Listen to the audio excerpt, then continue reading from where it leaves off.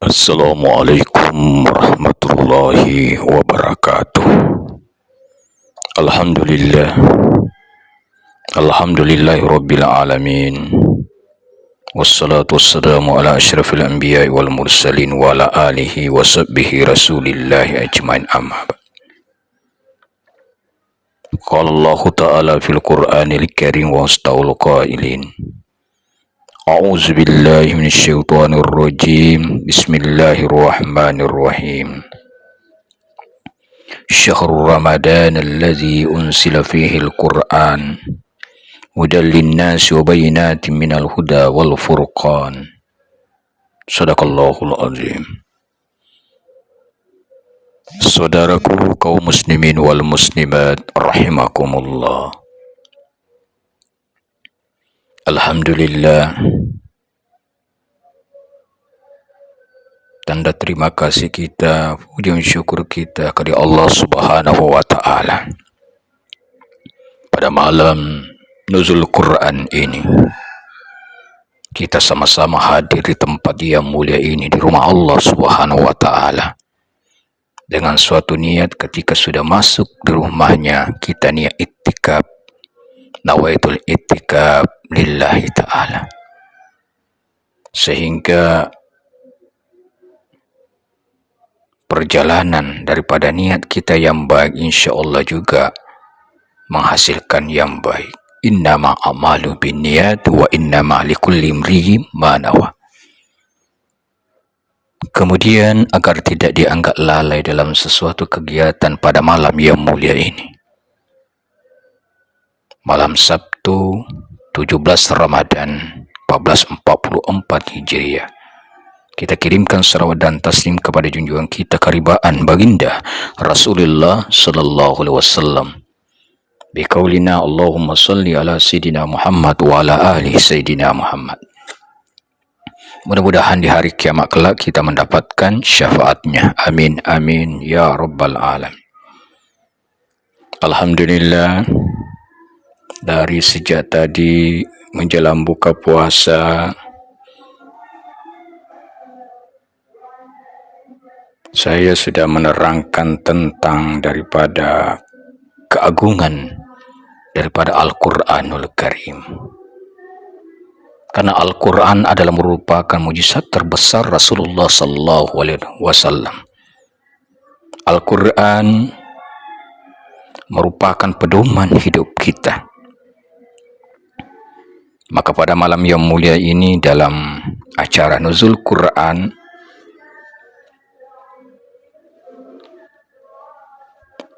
kita akan membahas bagaimana pentingnya daripada kita memperingati turunnya Al-Quran. Peringatan ini bagi kita kaum muslimin amat penting, karena kita memperingati peristiwa besar yang terjadi pada sekitar abad yang lalu. Peristiwa yang besar membawa pandangan-pandangan baru dari umat manusia terhadap alam semesta, terhadap derajat manusia dan pri-kemanusiaan, terhadap tata pergaulan hidup manusia. Juga membawa tuntunan dan harapan-harapan baru ke arah kehidupan yang lebih baik, lahir dan batin bagi seluruh umat manusia. Kita memperingati nuzulul Quran karena kita berkeyakinan bahwa Al-Quran diturunkan kepada Nabi Muhammad SAW adalah satu-satunya rahmat yang sebesar-besarnya kepada manusia seluruh alam. Sebagaimana firman Allah dalam Al-Quran, Syahrul Ramadan alladzi unzila fihi al-Quran hudan lin-nasi wa bayyinatin minal huda wal furqan. Beberapa hari yang ditentukan itu ialah bulan Ramadan, bulan yang di dalamnya diturunkan permulaan Al-Quran sebagai petunjuk bagi manusia dan penjelasan-penjelasan mengenai petunjuk itu, dan pembeda antara yang hak dan yang batil. Sedang jemaah Majelis Ta'lim Nurul Jihad Bukit Senyum Kecamatan Batu Ampar yang dirahmati Allah Subhanahu wa taala. Nuzulul Quran. Al-Quran berasal dari bahasa Arab, dari akar kata qara'ah yang berarti membaca. Al-Quran adalah bentuk masdar yang artinya sebagai isim maf'ul makruh, berarti yang dibaca. Pendapat lain mengatakan bahwa kata Al-Quran adalah kata sifat dari Al-Quran atau Qarana. Tetapi pendapat ini kurang populer. Maka Al-Quran menurut istilah ialah kalam Allah yang bersifat mukjizat yang diturunkan kepada Nabi Muhammad SAW melalui perantara malaikat Jibril dengan lafal dan maknanya dari Allah Subhanahu wa taala yang dinukilkan secara mutawatir. Membacanya merupakan ibadah, mulai dengan surah Al-Fatihah dan diakhiri dengan surat An-Nas. Al-Quran sebagai kalam Allah disampaikan kepada Nabi Muhammad SAW melalui proses yang disebut nuzul atau nazal. Sejumlah ayat Al-Quran menyatakan dengan jelas, seperti firman Allah, wabil halki anzalnahu wabil haqqi nazal. Dan kami turunkan Al-Quran itu dengan sebenar-benarnya Al-Quran telah turun dengan membawa kebenaran. Inna nahnu nazzalna alaikal qur'ana tanzila. Sesungguhnya kami telah menurunkan Al-Quran kepadamu, hai Muhammad, dengan beransur-ansur, ya. Beransur-ansur, sedikit demi sedikit, perlahan tapi pasti. Artinya tidak sekaligus. Adapun yang dimaksud dengan nuzul atau inzal, tanzil, sebagaimana disebutkan dalam ayat yang saya sampaikan tadi, bahwa sementara ulama ada mengartikan izhar Quran, yaitu menampakkan atau melahirkan Al-Quran. Ada juga pendapat lain menyatakan yang dimaksud adalah bahwa Allah Subhanahu wa taala mengajarkannya kepada malaikat Jibril, baik mengenai bacaannya maupun pemahamannya. Lalu Jibril menyampaikan kepada Nabi Muhammad SAW yang berada di bumi. Terdapat beberapa pendapat mengenai proses turunnya Al-Quran, ya. Antara lain, yang pertama, Al-Quran diturunkan sekaligus ke Al-Lauh Al-Mahfuz, sebagaimana firman Allah dalam Al-Quran surah Al-Buruj ayat 21 sampai 22. Bal huwa Qur'anun majid fi lauhim mahfuz. Bahkan yang didustakan mereka itu ialah Al-Quran. Al-Quran yang mana? Al-Quran yang mulia, yang disimpan di Al-Lauh Al-Mahfuz. Itu yang pertama. Yang kedua, Al-Quran diturunkan ke Al-Lauh Mahfuz, ke langit bumi sekaligus. Kemudian diturunkan secara beransur-ansur. Kepada siapa? Kepada Rasulullah Sallallahu Alaihi Wasallam selama 23 tahun.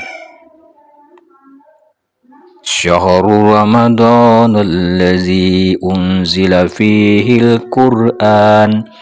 Bulan Ramadan, bulan yang di dalamnya diturunkan permulaan Al-Quran. Hudan linnas, petunjuk bagi manusia, wa bayyinatin minal huda wal furqan, dan penjelasan-penjelasan mengenai petunjuk itu dan pembeda antara yang hak dan yang batil. Jamaah salat tarawih wal witir yang dirahmati Allah Subhanahu wa taala,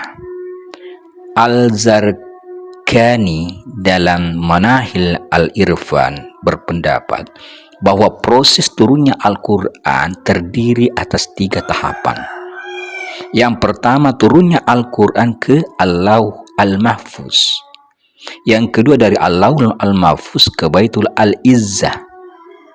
Yang ketiga, dari Bait Al-Izzah kepada Nabi Muhammad sallallahu alaihi wasallam.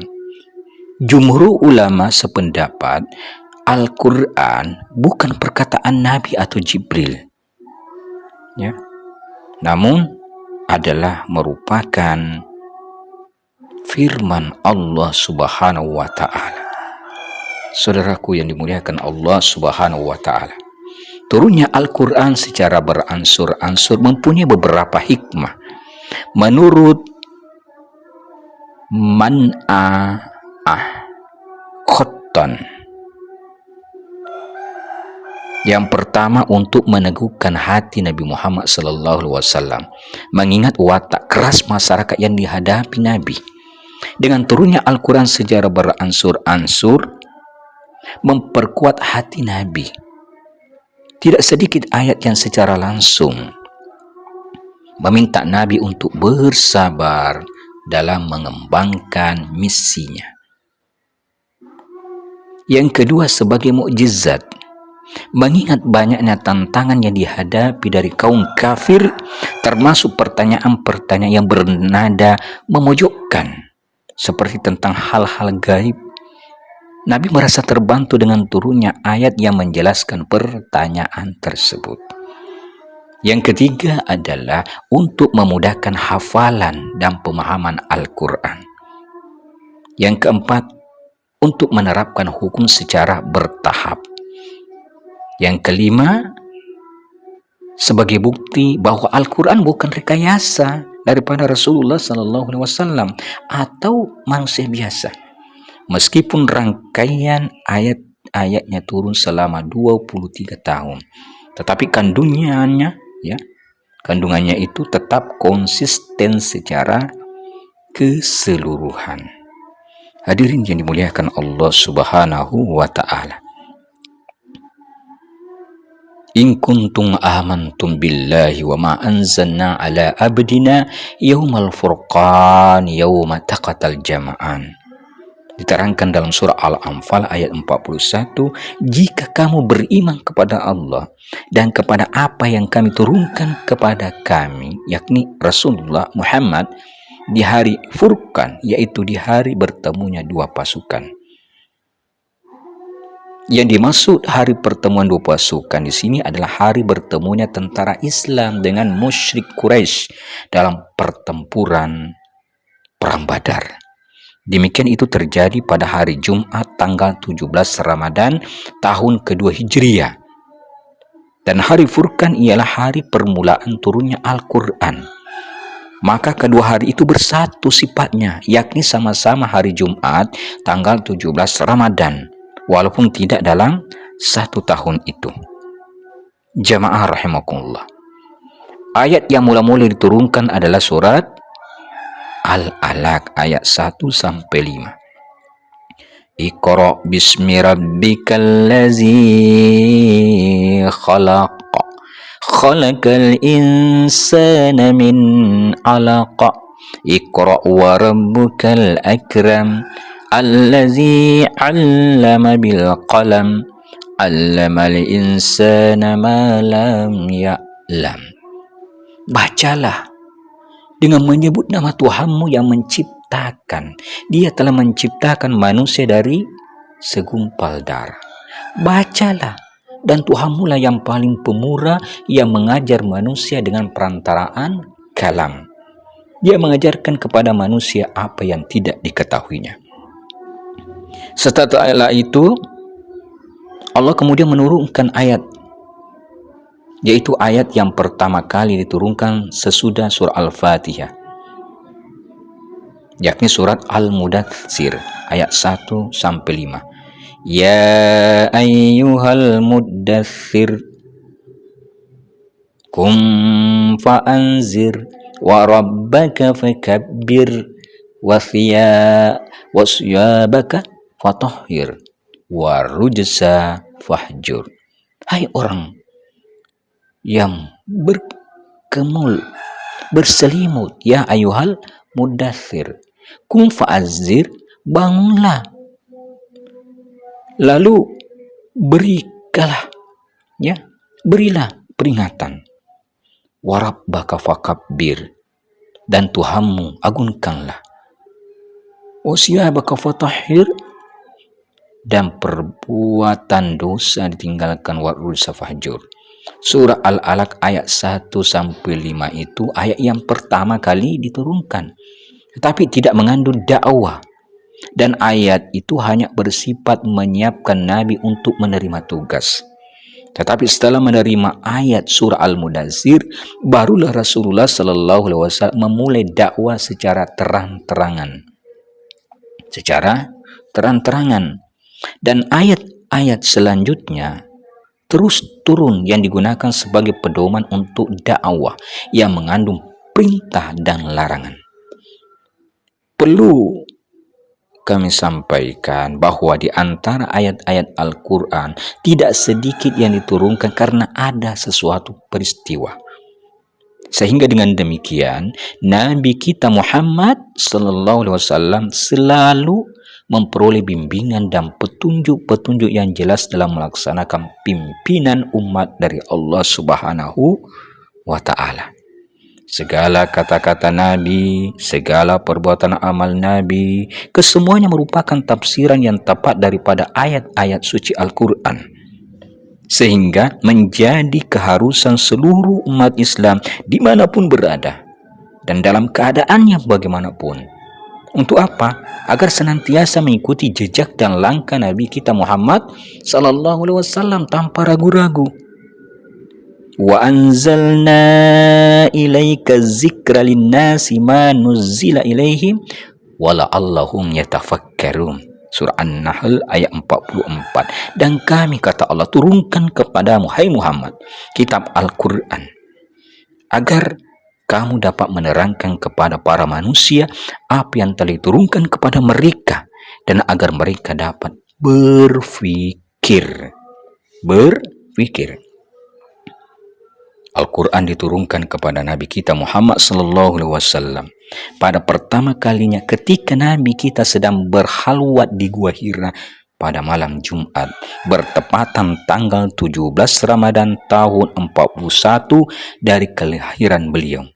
Dari kelahiran beliau, atau pada tanggal 6 Agustus tahun 610 Masehi.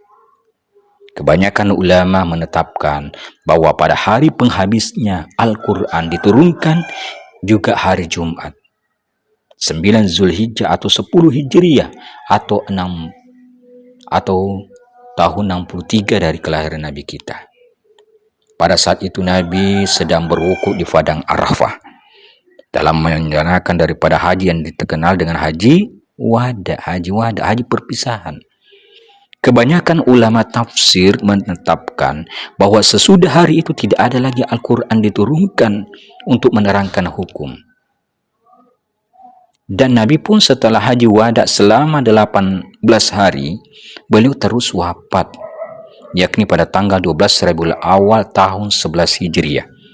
Ayat yang terakhir turun adalah al-yawma akmaltu lakum dinakum wa atmamtu alaikum ni'mati wa raditu lakumul islam madina.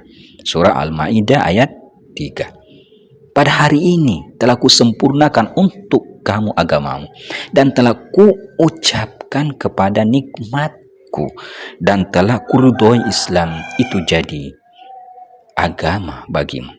Saudaraku, ma'asyiral muslimin rahimakumullah, maka dari itu di bulan suci Ramadan ini turunkanlah semua kitab-kitab Allah. Dalam kitab Hayah diceritakan bahwa suhuf Nabi Ibrahim, kitabnya Nabi Ibrahim, suhuf itu masih lembaran-lembaran, diwahyukan pada malam awal Ramadan. Kitab Taurat pada malam ke-6 Ramadan, terpaut 700 tahun dengan suhuf Ibrahim alaihissalam. Kitab Zabur malam ke-12 Ramadan, terpaut 500 tahun dengan Taurat. Kitab Injil pada malam 18 Ramadan, terpaut 1200 tahun dengan Zabur.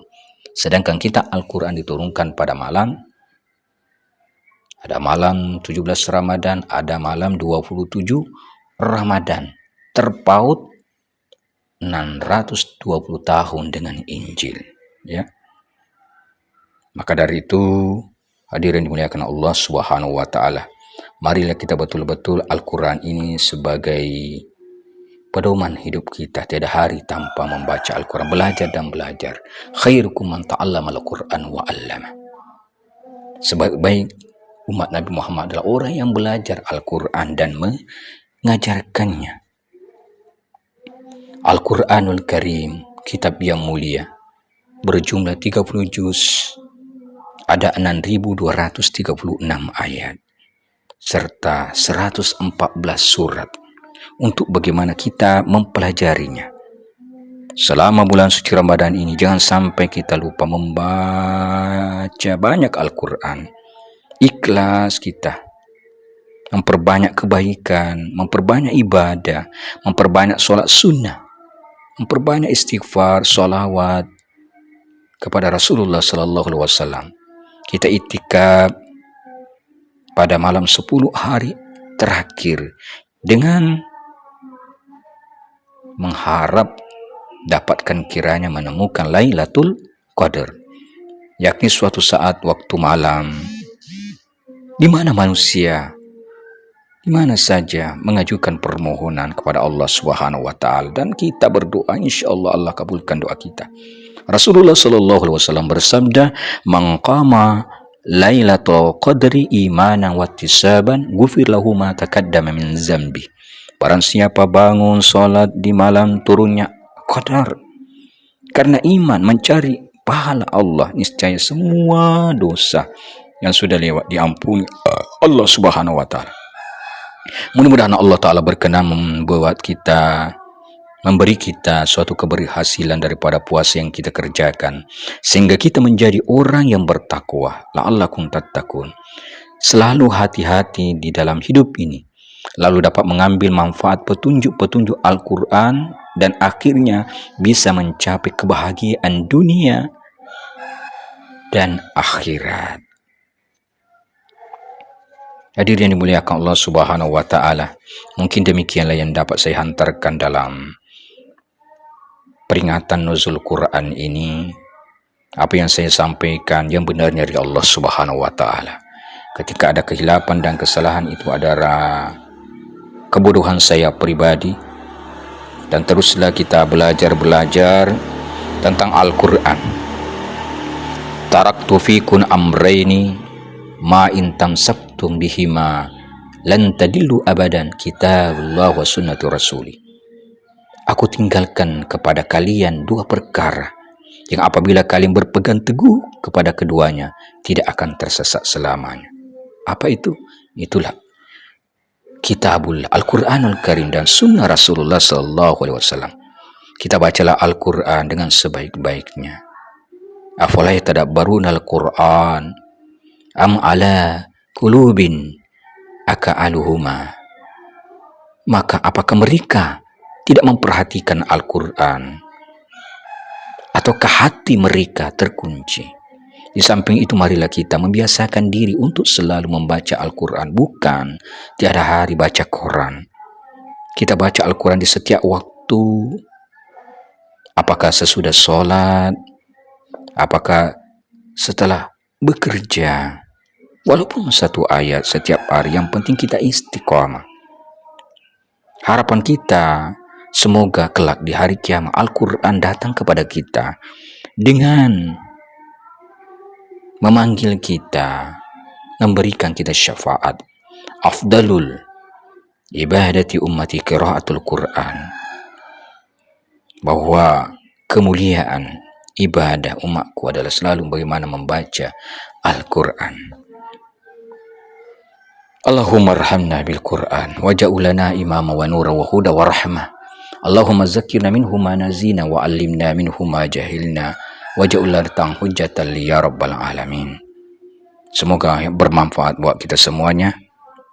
Bidang kurangnya mohon dimaafkan. Al-Fakir mundur diri. Wallahu muwaffiq ila aqwamit thoriq. Wassalamualaikum warahmatullahi wabarakatuh.